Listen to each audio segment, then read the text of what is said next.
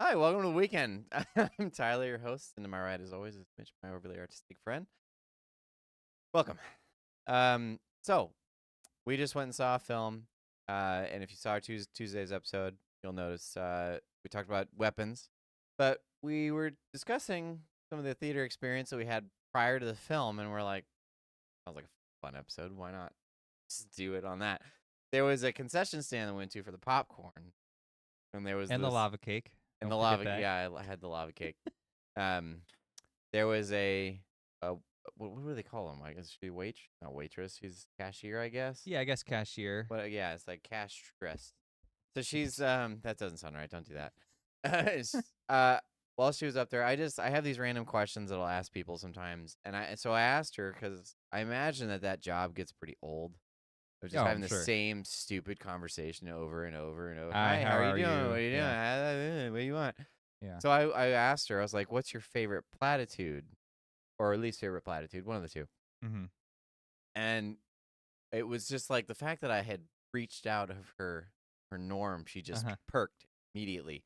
Yeah. She's like, "Oh, you're gonna have to what's a platitude? I don't know what a platitude. What's a platitude? Low key, like she's like 21 or something." And I explained what a platitude is, and then what was it that she said? She just like she went off. Like I just Yeah. it was like a horse race. You open the gates and she just took off. I was like, "Whoa!" She talks so fast and for so long, and she was just like, "Oh, like I don't really care that much about my brother. He used to work at a movie theater, and he had this and this and this and this and this and this." And we were No, like, "Whoa." that was the Chick-fil-A comment. I was like, "Oh yeah, when you say thank you to any Chick-fil-A Oh, that's right. employee, they Yeah. have to say my pleasure." It's just she's like, "Oh yeah, my brother used to work there, and that's what he would say. Oh, you always have to say my pleasure. Watch, check this out." And it's just like, yeah, he was right. I was like, "Holy crap, this is like floodgates." Yeah.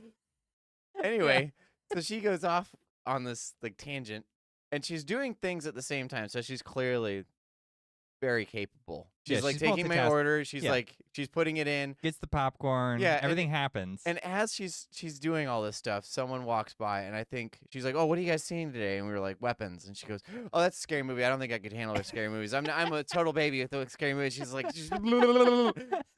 and as she's doing all this, somebody comes behind her, one of her coworkers slash friends, I guess, and yeah, she's terrible with scary movies. I was like, does everybody just know this girl? I guess she's going through. Yeah, I was like, how could anybody not know her when she works there? Like, you ask her a question, and then it's like this dissertation response. Yeah.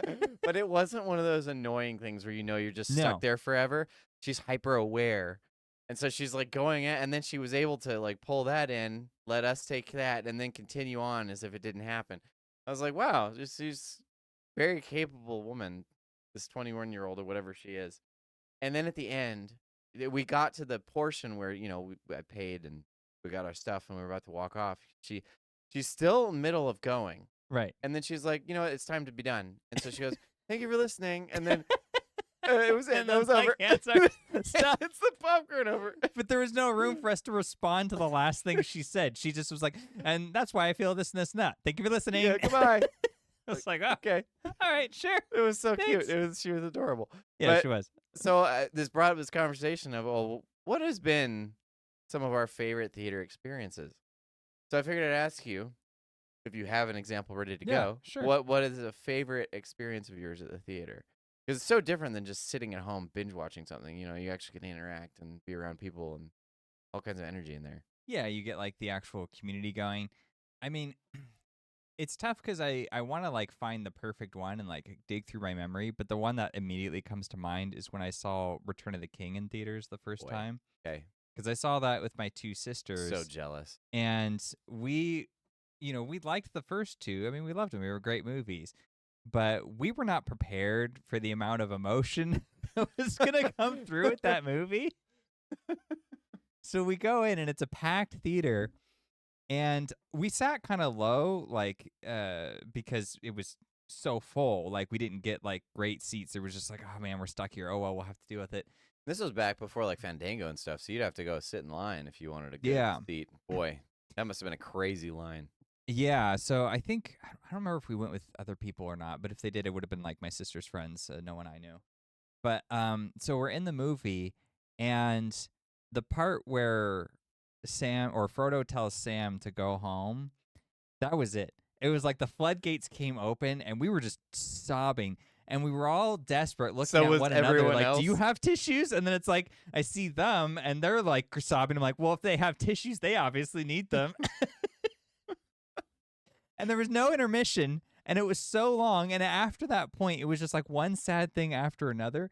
So we were just sobs, this goopy, nasty mess by the end of that movie. And we step out and we were like, wow, I did not realize like there was no preparation. I didn't realize coming to a fantasy film, an epic fantasy, that I was gonna have to be coming out like this. Right. This And is like a walk to remember crap. right. And like everyone in the theater too, like as they're walking out, they're all like, red in the eyes and stuff and they're rubbing their face. I was like, man, this movie. Like, how about a warning or just intermission? I'll go get some tissues in the bathroom and be like, thank God, it's a reprieve. Isn't that one's like Whew. 3.5? The like the theatrical release. A theatrical release, I think it's 3 hours and 20-ish Okay. minutes. I want to This is say. like 4.5 for the Yeah. full on the director's cut or whatever. Yeah. So, yeah, great movie experience, but I just have that memory just embedded with seeing it because it was so we didn't think that would happen. Like you said, it's a fantasy epic, Right. and like there's emotional moments. Like it's really sad when Gandalf dies. It's like, oh, in Boromir. Fellowship, and like, oh yeah, and Boromir, oh, it's so sad or whatever. But for some reason, the way that the Return of the King hits, it's so much sharper, and it was just like, oh, I can't. I remember introducing that to a couple of friends. It wasn't a theater experience, unfortunately, but same effect. Oh, yeah. You could hear everybody just get silent in the room because they're all like trying to like huddle into themselves and cry silently, And it's the scene where Aragorn kneels and he's like, "My friends, you bow to no one," and you could just start hearing just.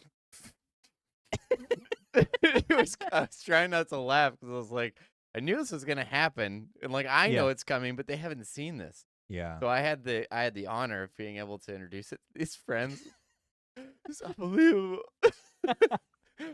I did that with a movie called Warrior, and I warned them. I was like, "Look, if we watch this movie, everyone's gonna be a mess. Everybody, it will leave you a mess. Every one of you. It's merciless."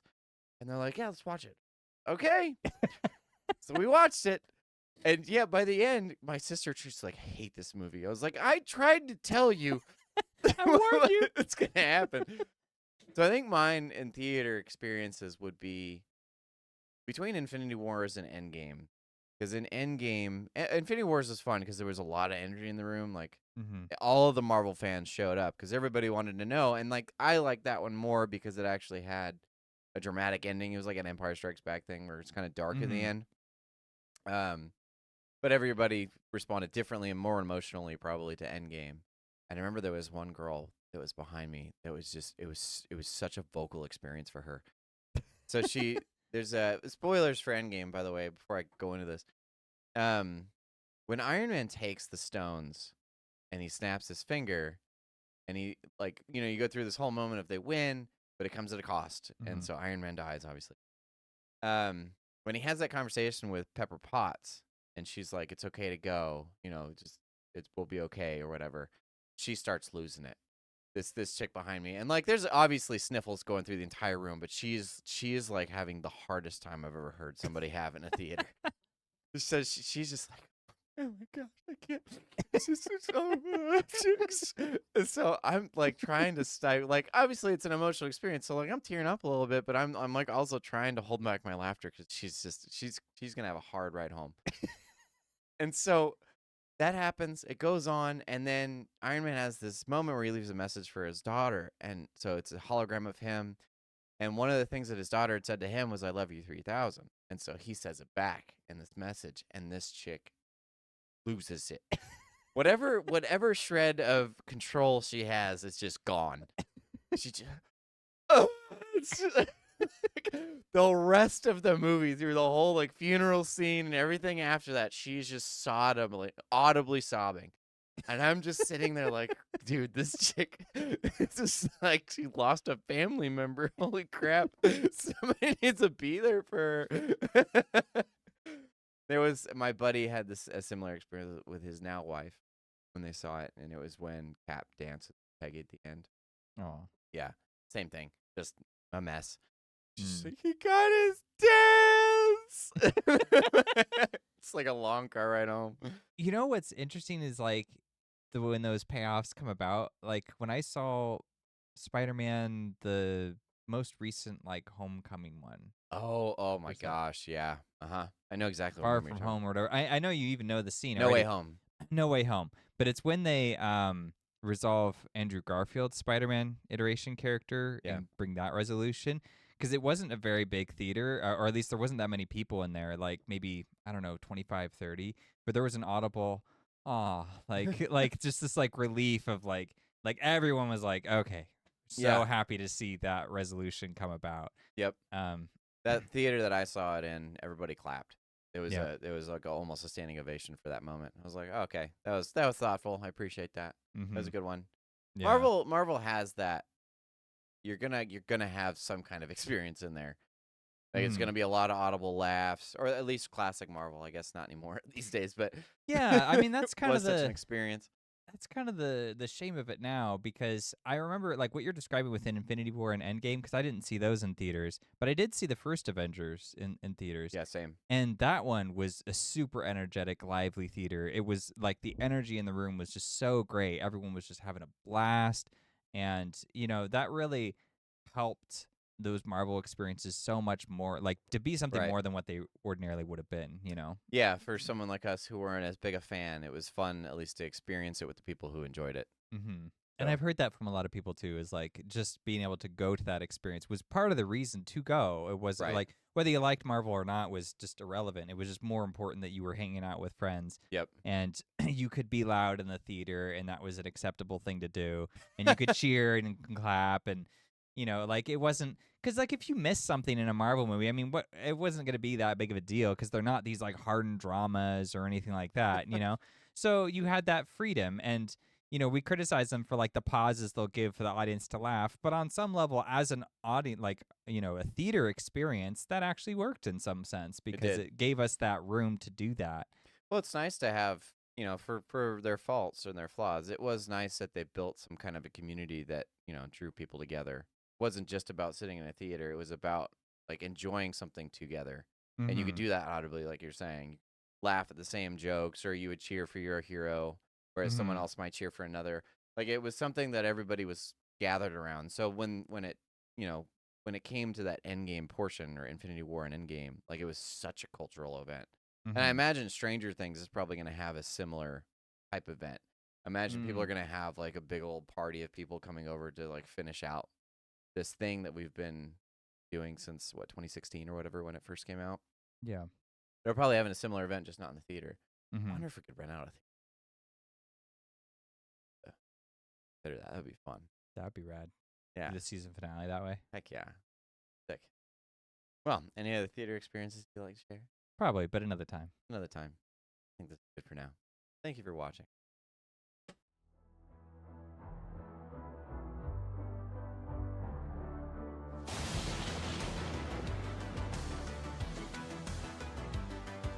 So you made it to the end of the video. If you liked it, please consider subscribing and leave us a comment. We'd love to hear what you thought.